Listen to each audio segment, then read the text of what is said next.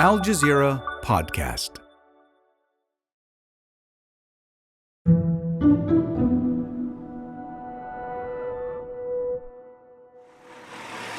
Starting from October the 1st, Ukraine's defense ministry has ordered women with medical backgrounds to register for military service.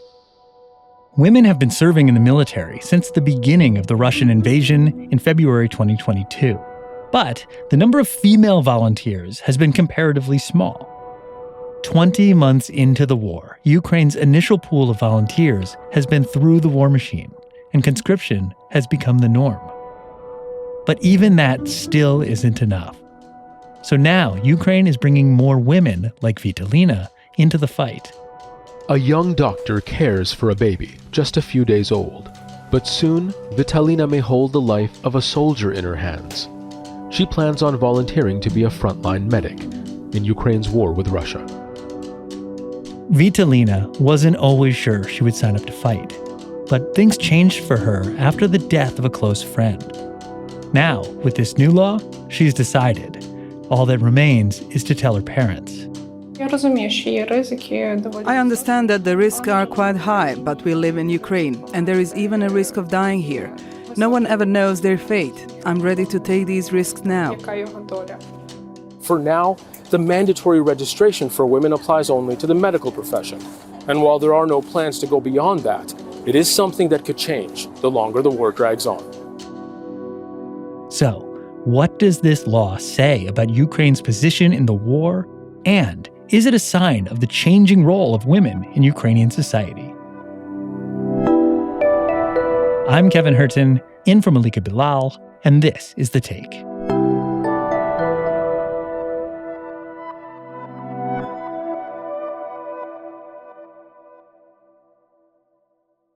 My life goes along with the state of news. The amount of news we live through every day equal to probably someone's 1 month's life or even longer.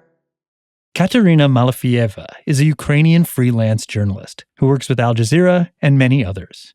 November will mark 24 months of non-stop work, of being somewhere on the front line, traveling across Ukraine. We don't stop. Apart from just covering the news, our lives are deeply affected by the overall situation, by the missile attacks. And every now and then in Kyiv, I can hear the explosions.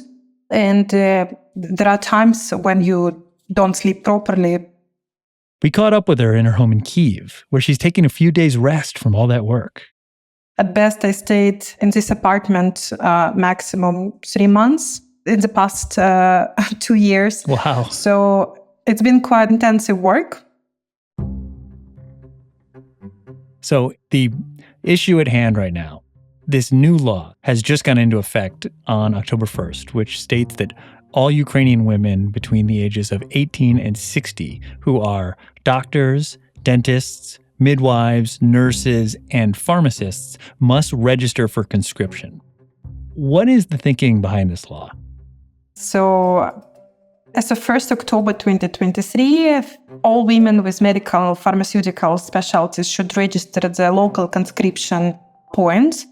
I should mention that this is not the novelty, and this norm has been in effect since 1992. The majority of female doctors and female pharmacists are already at the military registration, but the Ministry of Health noted that for more than 30 years, the military registration of female doctors and female pharmacists has not worked properly. I just also want to emphasize that military registration is not the same as mobilization. That doesn't mean that women will be immediately sent at the front lines, but it would give the government more understanding of who can be mobilized if need be.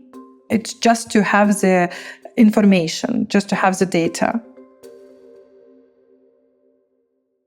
So what would be the benefit to the military to have access to these professionals? It kind of gives the government more leverage in recruiting more people for the army. Kind of gives them more possibility. If their interest in serving will drop, then this conscription points can recruit more people for the front line.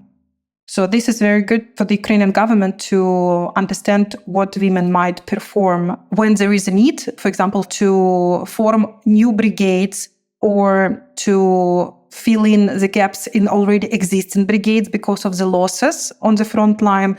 Then these female conscripts might be at service. Yeah, so it certainly feels like a escalation of a conscription drive that's been going on for a while now.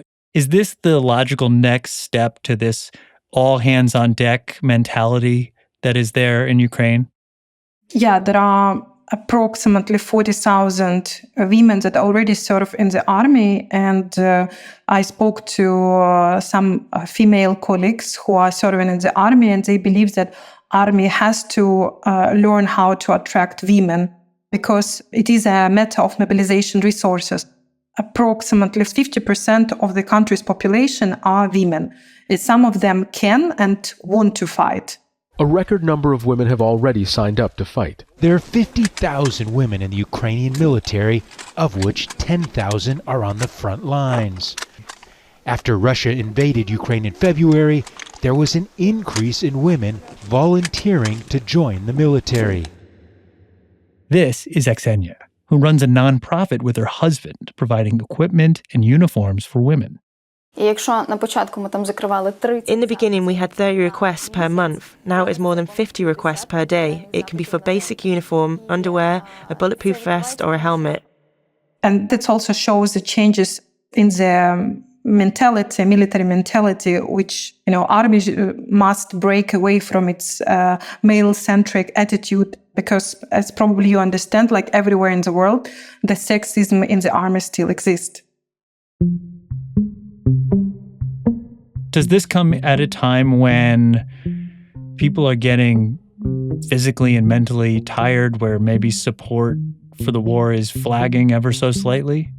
Indeed, we started noticing more and more information about men who are trying to escape demobilization by paying bribes, by crossing the border illegally. President Zelensky has sacked all of the heads of military enlistment in each region right across the country. It follows corruption allegations. There are more and more news about the bodies of men being found in the river or in the forest when they tried to escape from being conscripted or mobilized. The beginning of the war in Ukraine was marked by long lines of men signing up to join, Kateryna says. But those aren't there anymore. You don't basically see it visually, right? At the same time, when you speak to your male friends or colleagues, they understand that inevitably we all will be serving. So they kind of accept this with some sort of doomness, yeah? They know they're waiting for it. Everyone wants this war to end as soon as possible. It's not that they're just showing up at the conscription point and they, show the desire to serve, but they say if the conscription paper will arrive, they will serve their duty to the country. After the break, what this new law says about Ukraine's position in the war and how this could reshape Ukrainian society.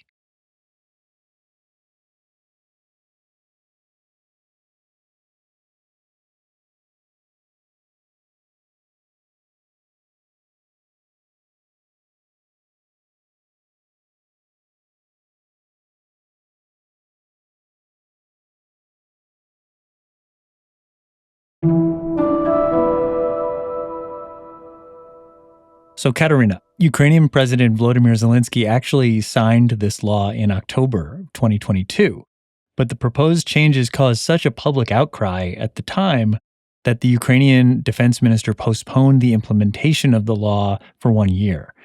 And that's what happened on Sunday. If it caused such an outcry then, why would today be any better?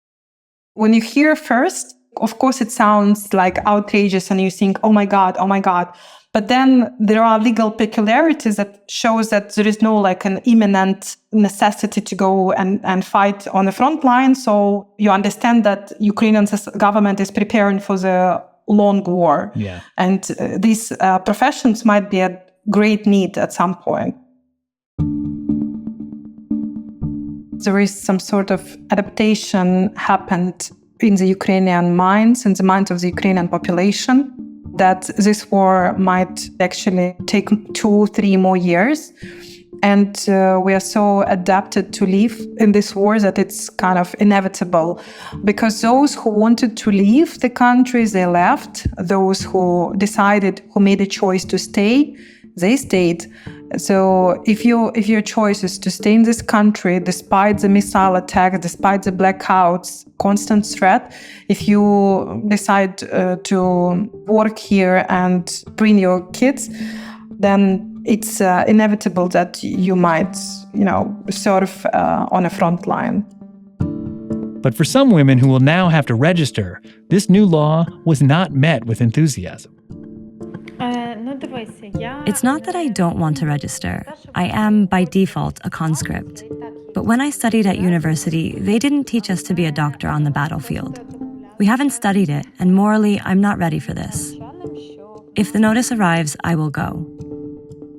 Kateryna, is there a concern that there will be a renewed exodus of doctors, nurses, pharmacists, etc.? Again, it's a good question, because with regards to women, it's very hard for the border guards to prove whether you have medical education or not, because again, there is no unified record of such women. So technically, it's easy for women to cross. None of the border guards will be pushing you to show your existing medical degree or pharmaceutical degree, right? So there might be some exodus of such women. Another problem with regards to postponement of this registration. The law came in effect for women who received the medical degree after 30th of December 2022.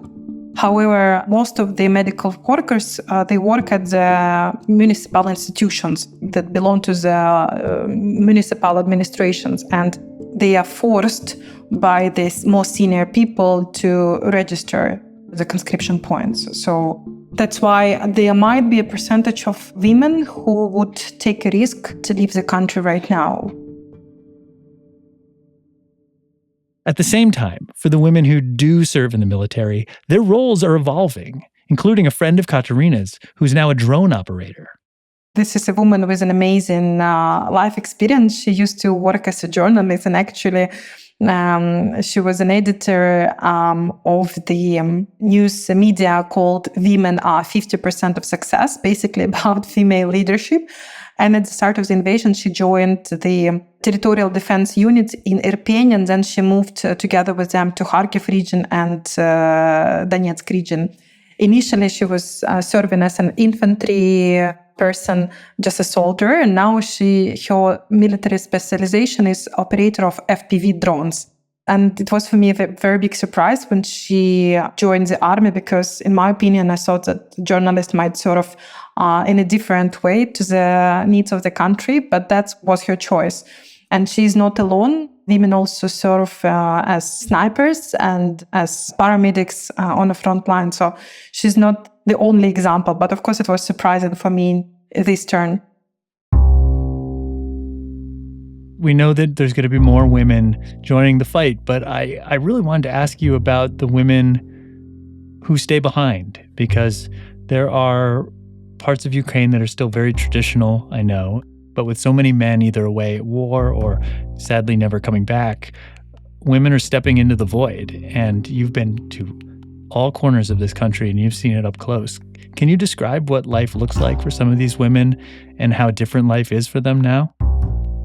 There are women who left the country because they have kids, and in their families they decided, to not decided. It was not a choice. It was a need to be a breadwinner while your husband is on the front line. Because many men conscripted and mobilized, women had to take the male roles. So there are now more women doing male jobs. We also see that those who returned from the front line, they have injuries and they have prostheses because of the injury of the limbs, of the extremities. So we understand that women will take more male roles as well as in the government. So it will reshape the society in the long run. somebody needs to lead, somebody needs to govern and manage the society. And Ukrainian women, Kateryna says, are up for the challenge. Ukrainian women are very strong. There is no doubt in that. Ukrainian women are very strong. It's not very traditional society. It is a society that values the tradition, but it's not extremely traditional society. We understand that Ukrainian society is changing, and women will be able to fight. Those women who want to fight will be able to fight. It's changing. Gender-wise, Ukrainian society is changing. We would see more and more women in power. One of the good examples is the recent assignment of 2 female deputy defense ministers last week. This is a huge change, right? Because deputy defense ministers are women. So it shows more steps in gender balance, in for accessibility of male specializations for women. It definitely shows that the war will last longer than we expected. Kateryna, it sounds like you're describing the country is moved to another phase. People are reckoning with this idea that this is going to be a much longer conflict and that we're going to have to steel ourselves for a different type of fight, a much less telegenic fight. We got to get ready for that phase, and that's going to be different. Is that right?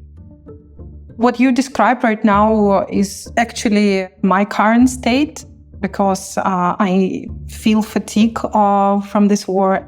It's understandably Ukrainian society is emotionally and mentally drained, and the overall geopolitical situation is looking not very favorable. But we are trying to prepare ourselves for this new stage. There is still patriotism, of course. You can't say that patriotism vanished. It's more you need to measure your energy and measure your efforts, because it's indeed a marathon, not the race. And that's The Take. This episode was produced by Fahrinisa Campana and Khaled Soltan, with David Enders, Amy Walters, Zaina Badr, Ashish Malhotra, Chloe K. Lee, Miranda Lynn, Sonia Bagat, Sarí el-Khalili, and me, Kevin Hirten, in for Malika Bilal. Alex Roldan is our sound designer. Alexandra Locke is The Take's executive producer. And Ney Alvarez is Al Jazeera's head of audio. We'll be back.